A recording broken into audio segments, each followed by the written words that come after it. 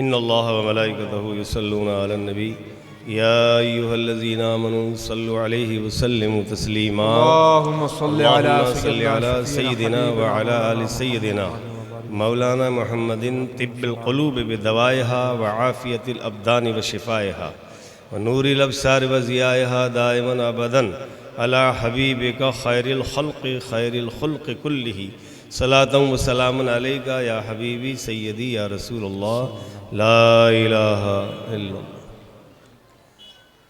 بسم اللہ الرحمن الرحیم الحمدللہ الذی کشف لأولیائہ بواطن ملکوتہ وقشع لأصفیائہ سرائر جبروتہ وأراق دم المحبین بسیف جلالہ وأذاق سر العارفین روح وصالہ۔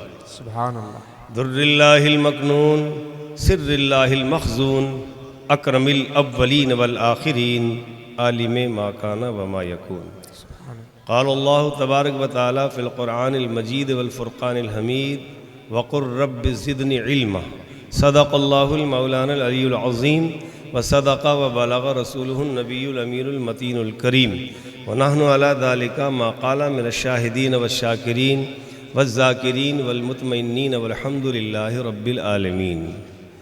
یہ آج کا دن کا جلسہ میری پوتا شاگردہ محمودہ خانم جو بیٹی ہیں قاری غلام مصطفیٰ صاحب اشرفی کی، ان کے اس مدرسے کے سالانہ جلسے میں یوں سمجھیے بغیر کسی انکار و نکیر کے بڑی تیزی کے ساتھ شہر جودھپور سے چلا آیا، اور جب قیام گاہ میں بیٹھے رہے تو طبیعت نے گوارا نہیں کیا کہ یہاں میں بیٹھ کر آرام کروں، بلکہ میں بغیر وقت کے یعنی وقت سے پہلے ہی میں یہاں آیا۔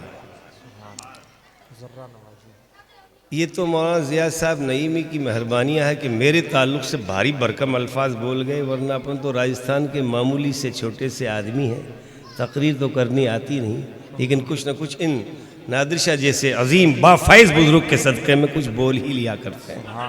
سبحان اللہ۔ میرے استاذ گرامی القدر حضور سرکار مفتی اعظم راجستھان حضرت علامہ اشفاق العلماء مفتی اشفاق حسین صاحب قبلہ نعیمی کے صاحبزادہ گرامی جناب الحاج محمد معین الدین صاحب اشرفی، جو بالکل آپ کے سامنے جلوہ بار ہیں،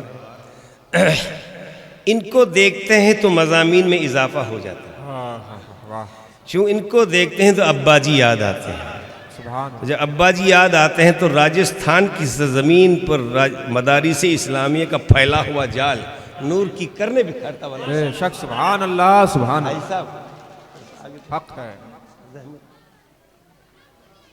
یہ ہیں صاحبزادے ہمارے علم کے مربی سرکار مفتی اعظم راجستھان۔ علم و ہنر سے پاتی ہے انسانیت فروغ۔ حق ہے۔ میں کوئی لمبی چوڑی تقریر نہیں ہو، قاری غلام مصطفیٰ صاحب کے بغیر کہیں اسٹیج پہ آ گیا۔ علم و ہنر سے پاتی ہے انسانیت فروغ، انسان زندہ لاش ہے تعلیم کے بغیر۔ پے علم چوشما باید گداخت کہ بے علم نہ تما خدا را شناخت۔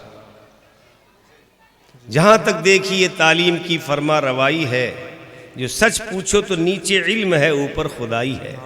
خدائی سے مراد خدا نہیں، ایسا نہیں کہ خدا اوپر ہے، اس کا جلوہ ہر جگہ موجود ہے۔ تو میں نے ایک بہت ہی مختصر مگر جامع قرآن کی آیت مقدسہ تلاوت کر کے اپنے آپ کو مشرف کرنے کی کوشش کی ہے، اس امید پر کہ اس عظیم خانقاہ کے در اقدس کے صدقے میں بندے کو کچھ بولنا آ جائے۔ شاعر کہتے ہیں مولانا، لوگ توحید کی تعریف کرتے ہیں ضیاء صاحب، میں عرض کرتا ہوں توحید تو یہ ہے کہ خدا حشر میں یہ کہہ دے۔ توحید تو مولانا مراد صاحب، توحید تو یہ ہے کہ خدا حشر میں یہ کہہ دے یہ بندہ دو عالم سے خفا میرے لیے ہے۔ مصرع ثانی پر غور کریں گے تو ٹھیک ہی ہے، لیکن یہ علماء کا کام ہے۔ توحید تو یہ ہے کہ خدا حشر میں یہ کہہ دے یہ بندہ دو عالم سے خفا میرے لیے ہے، اور اہل خرد نے ڈھونڈ لی منزل تا مہو انجم جا پہنچے۔ اہل خرد نے ڈھونڈ لی منزل تامہ انجم جا پہنچے، اور اہل جنوں کی راہ میں حائل گردش قسمت آج بھی۔ حضرات گرامی، میں نے ایک قرآن مقدس کی بہت جامع آیت پاک تلاوت کرنے کا شرف حاصل کیا ہے، اور آج کا یہ 10-15 منٹ کا میرا پروگرام اسلامی مدارس اور ان کی ذمہ داریاں، اس تعلق سے میں بڑی سنجیدگی سے آپ حضرات کے سامنے عرض کروں گا، اس شرط کے ساتھ کہ آپ اور آپ کے ساتھ بنت حوا، بنتان حوا یعنی حوا کی بیٹیاں، ہماری ماں بہنیں بہت پرسکون سے اگر سن لیں تو میں نے تو مولانا ضیاء صاحب سنا تھا کہ شمالی راجستھان کی خواتین بڑی مہذب ہیں اور بہت سنجیدگی سے جلسے سنتی ہیں، لیکن لگتا ایسا ہے کہ لمبے عرصے کے بعد ایک دوسرے سے ملاقاتیں ہوئی ہیں، اس لیے پہلے تو بھائی کیسی ہے، تو بہن کیسی ہے، میں جھاڑو نکال کر آ گئی جلدی جلدی وغیرہ وغیرہ، لیکن اس جلسے میں ان کا آنا زیادہ اس لیے ضروری ہے یا ہو گیا ہے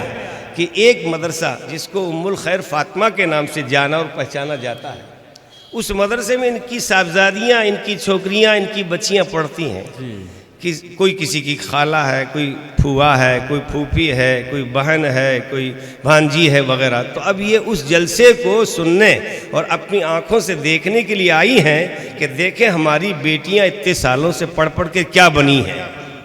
اسی تعلق سے مجھے عرض کرنا ہے، میں اپنی مقدس ماؤں بہنوں سے، بنتان حوا سے بڑے ادب سے، یہ میری عمر میں چھوٹی ہے تو بیٹیاں اور بہنیں ہیں، بڑی ہیں تو مائیں ہیں، آپائیں ہیں، میں آج کی مقدس آپاؤں کو سے عرض کروں گا کہ آج آپ اس جلسے میں اپنی پرانی روایات کو ختم کر کے مذہبی روایات کو سامنے رکھ کر خاموش رہنے کی کوشش کریں۔ حالانکہ مولانا مراد صاحب نے پنجابی زبان میں بڑے میٹھے لہجے میں جو کچھ کہا، لیکن میں ادھر ادھر کا کچھ سن کر تھوڑا مفہوم بنا رہا تھا، وجہ اس کی ہے کہ پنجابی آتی نہیں۔ فارسی کی کہاوت ہے مولانا صاحب کہ زبان یار من ترکی و من ترکی نمی دانا، کیا بات، میرے یار کی زبان تو ترکی ہے لیکن میں ترکی جانتا نہیں، لیکن لب و لہجہ تو جانتا ہوں کہ یہ پنجابی زبان کا کتنا شیریں، کتنا رس بھرا اور کتنا گنے کا ٹھنڈا رس ہوتا ہے، اس سے بھی زیادہ یہ لہجہ میٹھا ہے۔ حضرات، آج کا یہ جلسہ ہم اپنے آپ کے گاؤں کا ایک بہت شاندار مدرسہ، جس میں میرے شاگرد ہی کہہ لیجئے، تو صرف سمجھانے کے لیے کہہ رہا ہوں، انہوں نے اپنی جان توڑ کوشش کر کے، قاری غلام مصطفیٰ صاحب نے، باپ اور بیٹی دونوں نے مدرسے میں اپنی پوری طاقت جھونک دی ہے، اور یہ قاری صاحب جودھپور میں بھی بڑا نام کر کے آئے ہیں، جودھپور کی بڑی مسجد بمبا بڑی مسجد میں خطیب و امام رہے۔ نعرہ تکبیر، نعرہ رسالت، حضور سید راشد انور صاحب قبلہ، ضلع امام ہنومان گڑھ، نعرہ تکبیر، نعرہ رسالت، علماء اہل سنت۔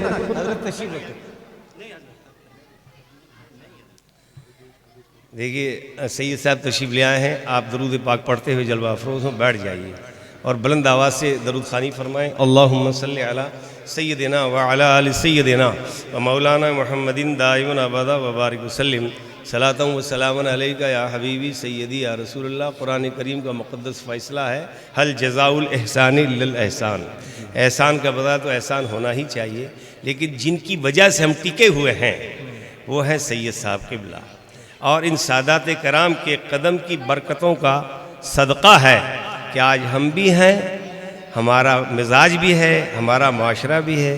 اس لیے ایک ایسے مقام پر مجھے سید صاحب کو دیکھنے کے بعد میدان عرفات کی وہ حدیث پاک یاد آ گئی حضرت، کہ جس میں میرے نبی نے 1,00,000 سے زیادہ صحابہ کرام کے مجمع میں جبل رحمت پر ایک جملہ ارشاد فرمایا تھا، انی تارکم فیکم الثقلین، سبحان اللہ، میں تم میں دو بھاری بھرکم چیزیں چھوڑ کر جا رہا ہوں، اہل و بیتی، ایک میرے اہل بیت ہے، قرآن فیہ الہدی والنور، جس میں ہدایت بھی ہے اور نور بھی ہے۔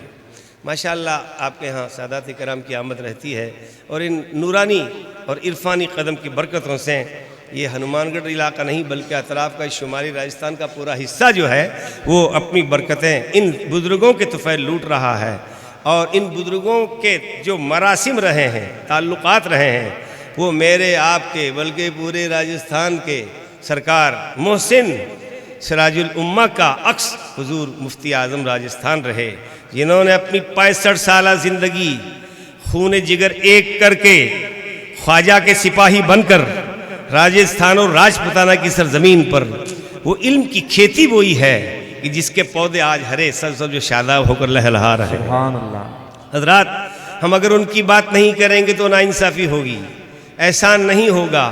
اس لیے جو قومیں اپنے محسن کا احسان فراموش کر دیتی ہیں وہ قومیں دنیا کے خطے سے نیست و نابود ہوتی ہیں، اور جو اپنے محسنین کو یاد کرتی ہیں، کیونکہ ہماری جو قومیں ہیں وہ اپنے بزرگوں کے نام ہی سے زندہ ہیں۔ اب رہا سوال یہ کہ ہم یہ علم کے جو دریا بہ رہے ہیں، لہریں مار رہے ہیں اور مدارس اسلامیہ قائم ہو رہے ہیں، ان کی ضرورت کیا ہے؟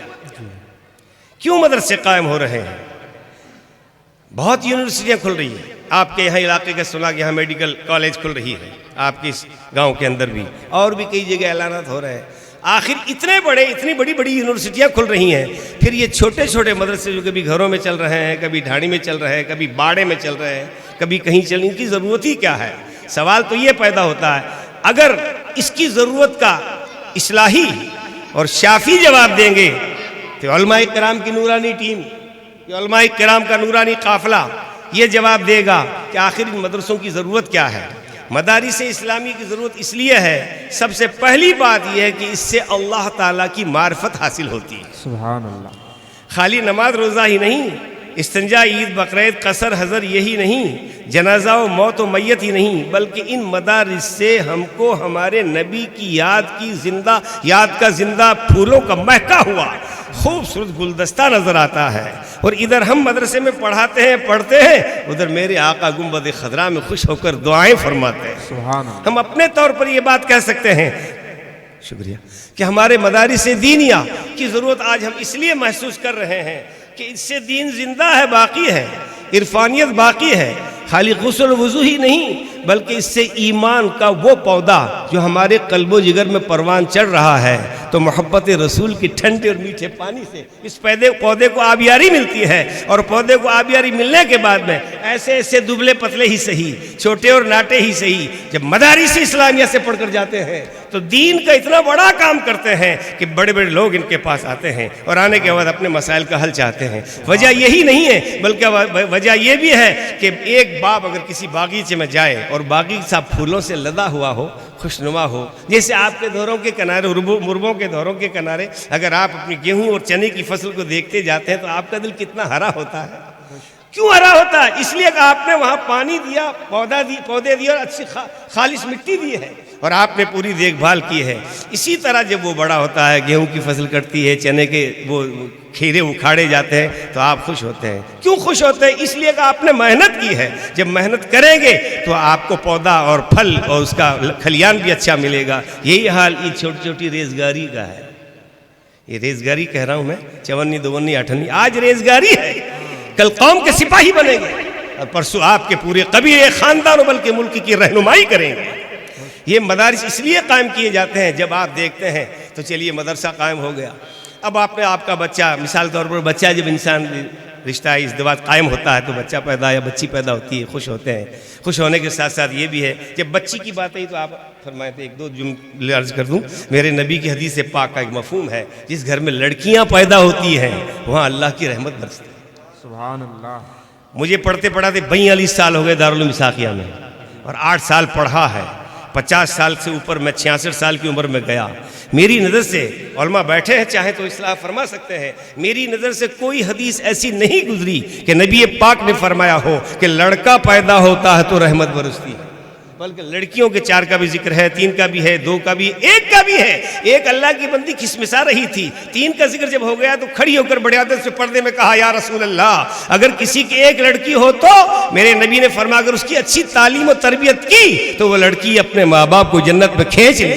سبحان اللہ، سبحان اللہ۔ بلکہ لڑکی کیا، ہم لوگ تو علم دین حاصل کرتے کراتے نہیں، اب تو زمانہ آ گیا ہے ملک کو، سماج و سوسائٹی کو، معاشرے کو اور ہمارے ان علاقوں کو بچانے کے لیے علم دین کی ضرورت ہے۔